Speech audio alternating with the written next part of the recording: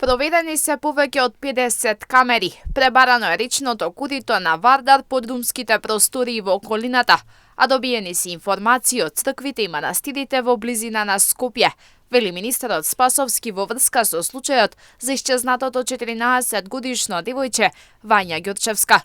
Тој информираше дека стотици полицајци во рамки на посебно формиран штаб во рамки на Скопскиот сектор за внатрешни работи петти ден преземаат низ активности. Преку 50 камери, односно места во кои што имало камери се превземени и прегледани. Целосно е во функција системот Safe City, во кој што исто така се преземат низа на мерки. Сите податоци кои што се од телеком операторите, кои што исто така може да бидат важни. Десетици лица кои што се сослушани и од кои што се земени информации и податоци за да може да се добијат некакви информации во однос на целиот овој настан.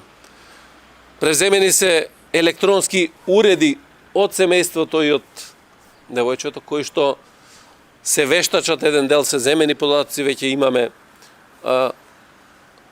одредени податоци од овие електронски уреди, исто така кои што може да бидат од корист на истрагата и целата оваа постапка. Спасовски посочи дека не може да се зборува за детали во врска со текот на потрагата и добиените информации, но подвлече дека во функција се сите можни капацитети за јавна безбедност.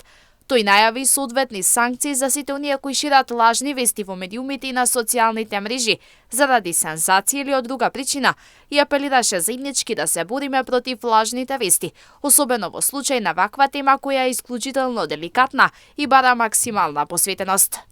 Морам да кажам дека сите тие профили кои што објавуваат било какви лажни вести се детектираат и сите тие ќе бидат и се дел повикани веќе во полиска станица и таму каде што ќе се утврди дека и ја загрозуваат безбедноста, односно истрагата и придонесуваат при тоа да имаме сериозна штета во јавноста, ќе се преземаат мерки заедно со јавниот обвинител. 14-годишната Вања Ѓурчевска исчезна на 27 ноември во раните утрински часови на пат кон основното училиште Песталуци во Скопски центар.